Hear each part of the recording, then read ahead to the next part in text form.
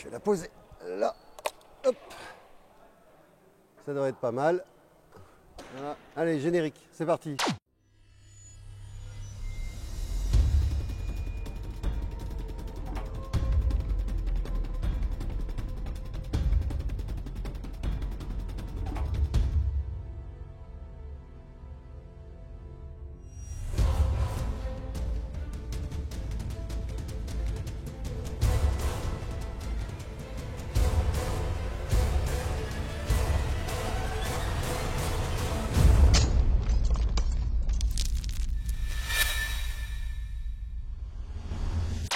Bonjour à toutes et bonjour à tous, nouvel épisode des Yeux de l'Aventure. Et quel épisode, je vous assure, ça fait maintenant 11 ans qu'on fait cette émission Les Yeux de l'Aventure. Je suis avec Rémi et Claude. Claude qui est le président de ce club de Cesta Punta de pelote basque ici à Villeneuve-d'Arnon. Et Rémi, alors Rémi, on était ensemble il n'y a pas longtemps avec une émission, tu étais notre invité, tu avais gagné de venir un tournage pour venir sur un tournage avec Cyrilus. On a parlé moto, tu m'as parlé de ta passion et de ce sport qui est la Cesta Punta, la pelote basque. Cette fois-ci, c'est moi qui suis ton invité. Et j'aimerais, avant de commencer cette émission, te dire qu'en 11 ans, c'est la première fois que je vais prendre réellement ma licence quelque part. Parce que je suis tombé amoureux de cette discipline. Alors mon père m'en parlait depuis très très longtemps, puisqu'il est du côté du Pays Basque. Mais là, vous allez voir, ce n'est que du bonheur. Merci en tout cas de cette invitation. Alors Claude, avant de parler de tout le matériel avec toi Rémi, Claude, on est où ici ? Nous sommes dans le Rayalay de Villeneuve-d'Ornon. Rayalay. Le Rayalay. Ça veut dire ? Alors, c'est un terme basque. C'est un terme basque qui veut dire sport allègre, jeu allègre. Jeu allègre. Voilà. D'accord. Alors, donc pas tellement dans le sens de joie, mais surtout de rapidité. Ouais. Ah bah vous allez voir, voilà. ça envoie du steak. Et encore, nous, c'était vraiment que du début. Voilà. Le jeu de Cesta Punta et d'autres disciplines de la pelote basque, l'intérêt, c'est de jouer le plus possible les pelotes sur le mur de gauche, et la difficulté.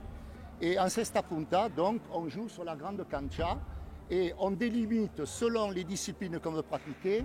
On met des frontons amovibles à 36 mètres ou à 30 mètres. On fait, autrement dit, des canchas que l'on veut.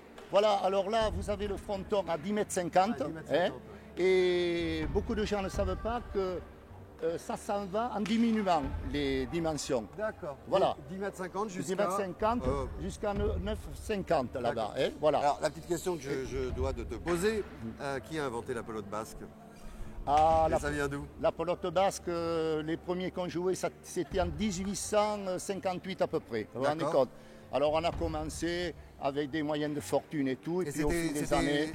Dans le Pays Basque. Au Pays Basque, oui, au Pays Basque. Donc c'est enfin un sport inventé ici en France, quoi. Absolument. Alors la cancha, c'est l'aire de jeu. Là, c'est disons, là où les jeunes jouent, c'est le sol. Voilà. Et vous avez le fronton, qui est délimité par une ligne où toutes les pelotes qui tapent dessous, c'est faux. Voilà. Tout ce qui est à droite, le vert, et au-dessus de la ligne du fronton noir, là, c'est faux.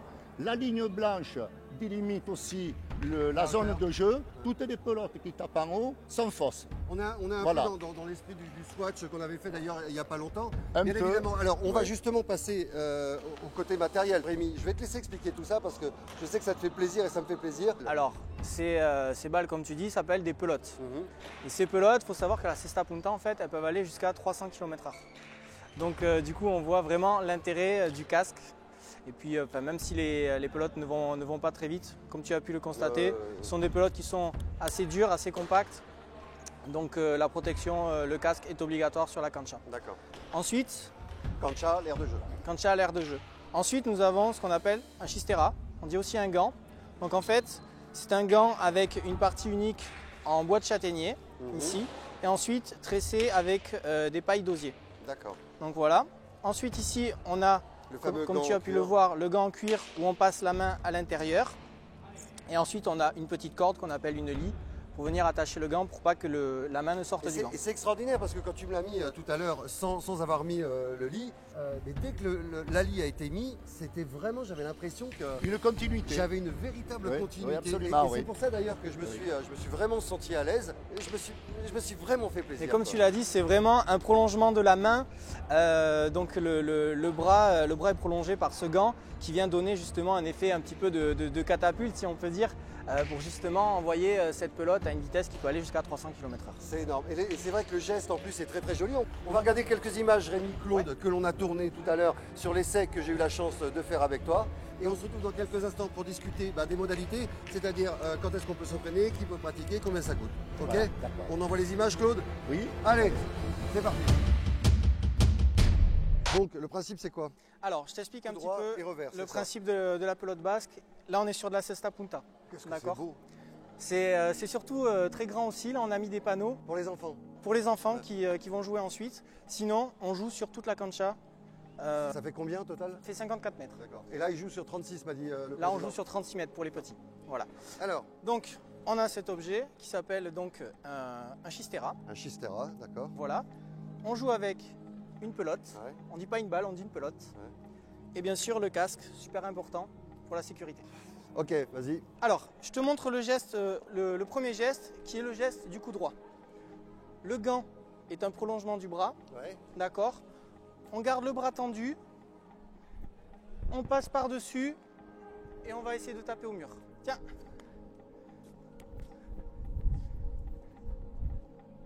Ouais, pas mal ça, pas mal du tout. Bon, je vais peut-être te montrer le second geste, le revers. Alors, pour le revers, alors ça va être un petit peu compliqué parce que moi je suis droitier et toi gaucher. Ouais, Donc c'est juste la main qui change, sinon le geste est le même. d'accord. On retourne le gant comme ça. Ouais. Je mets la pelote dans le gant. Et l'idée, c'est de retourner le gant, de longer le corps. Je longe la jambe, je me retourne, je finis face au mur. Ouais, comme ça, très bien. Écoute, je te propose qu'on essaye à 4 éventuellement. Ah ouais, j'adore. Allez, qu'on se fasse quelques petits points.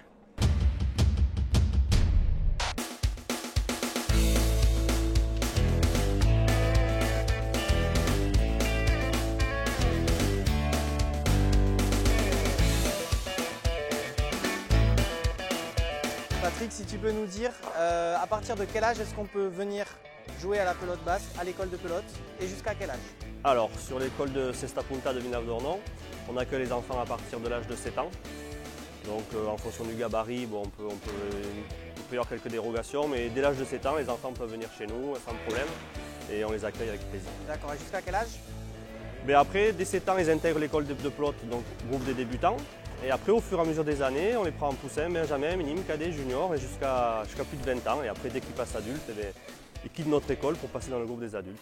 D'accord, alors du coup, à l'école de pelote, on peut venir entre 7 à 20 ans, et après 20 ans, on passe avec les adultes. Exactement, exactement. Dès qu'ils deviennent grands, ils prennent leur envol et ils essayent de mettre en application tout ce qu'on leur a appris. Et oui. On résume un petit peu, on prête le gant, les pelotes, les casques pour la sécurité. Les enfants peuvent venir, si vous avez des enfants, n'hésitez pas à les amener à l'école Bien de sûr, pelote bon. pour faire une petite démonstration. Voilà, ce qu'on fait en règle générale, c'est que les parents amènent les enfants. Nous, on leur fait faire une ou deux périodes d'essai le mercredi. Le rendez-vous est pris. N'oubliez pas que l'aventure ne se vit pas que dans le canapé. On vous accueillera ici sur la cancha avec plaisir. Merci Pas de beaucoup problème. Patrick Le Marchand. Merci Rémi. À très bientôt. À bientôt. Retour ici au club de Cesta Punta avec son président Claude et c'est moi qui suis ton invité aujourd'hui, Eh oui. Rémi. Ça me fait très plaisir d'être avec vous pour cette émission spéciale Cesta Punta. On vient de voir les images de ces essais et pas trop mal quand même. Hein. Je me suis pas trop mal débrouillé. J'avoue pour une que première. Laurent, tu te débrouilles bien. Je te félicite parce que vraiment pour la première fois, tu t'en es très très bien tiré. Si les gens ont le même coup de cœur que moi qui veulent venir ici, déjà combien ça coûte? Il y a 2 licences. Il y a Voilà. la licence loisir Voilà. et la licence pro. Au niveau de la Fédération française, la licence compétition fait 42 € D'accord, et la licence loisir 21. d'accord. Voilà. Alors c'est pas tellement.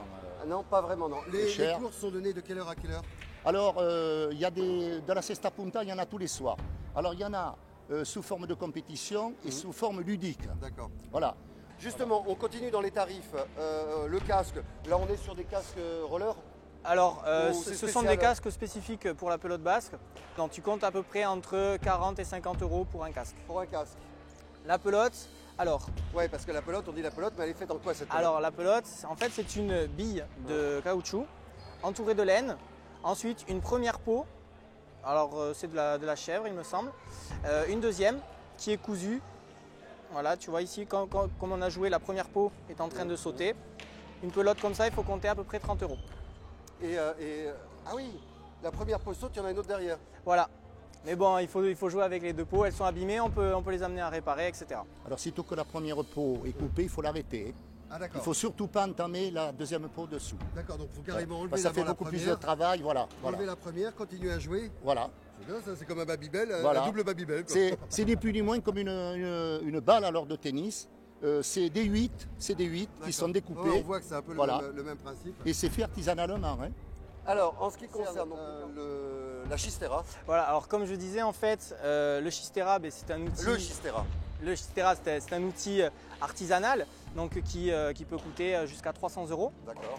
Faut compter, on peut d'occasion trouver Alors, sur une centaine d'euros. Bien entendu, on peut trouver des gants d'occasion Oui, oui, autour de absolument. 200 euros, voire Oui. plus. D'accord. Avec 100 euros, on peut avoir un gant réparé, mais bon. Ouais, d'accord. Voilà. Et c'est dommage. Alors, il vaut mieux commencer à savoir bien jouer. Et là, on fait des frais dans un gant neuf. Là, Oui, oui, tout il y a à moins fait. de risques. Il y a moins de risques. En tout cas, merci, Voilà. merci beaucoup Claude. J'espère que ça amènera beaucoup de gens ici sur la Cesta Punta à Villeneuve-d'Ornon. Merci, merci. Rémi, ah, ce garçon me plaît. Ça fait 2 fois qu'on se voit et t'es venu sur une émission. Là, tu es vraiment, c'est le coup de chance, tu me fais découvrir un sport. Eh ben écoute, on va dire un partout la balle au centre. Maintenant, tu vas venir avec moi. On va aller faire une autre émission. Eh bien, écoute Laurent, c'est vraiment un plaisir. On va continuer, on va suivre. Par contre, je te promets que je vais venir et je vais venir m'entraîner avec toi ici. Mais avec grand plaisir. Toi ainsi que les autres spectateurs à qui cette émission aura bien entendu plu peuvent venir bien sûr Voilà, on s'essayer. invite. J'aime bien parce qu'en plus il commence à regarder la invite. caméra, On il me invite. regarde même plus. Merci à tous, on se donne rendez-vous la semaine prochaine pour un nouvel épisode des Yeux de l'Aventure. Soyez prudents, mais pas trop comme d'habitude, on vous embrasse. Allez, ciao, On à la vous semaine remercie. prochaine. Ah, qu'est-ce que c'est? Ah, il a oublié d'éteindre la caméra. Ouais, je le fais pour lui. Allez, salut, à bientôt.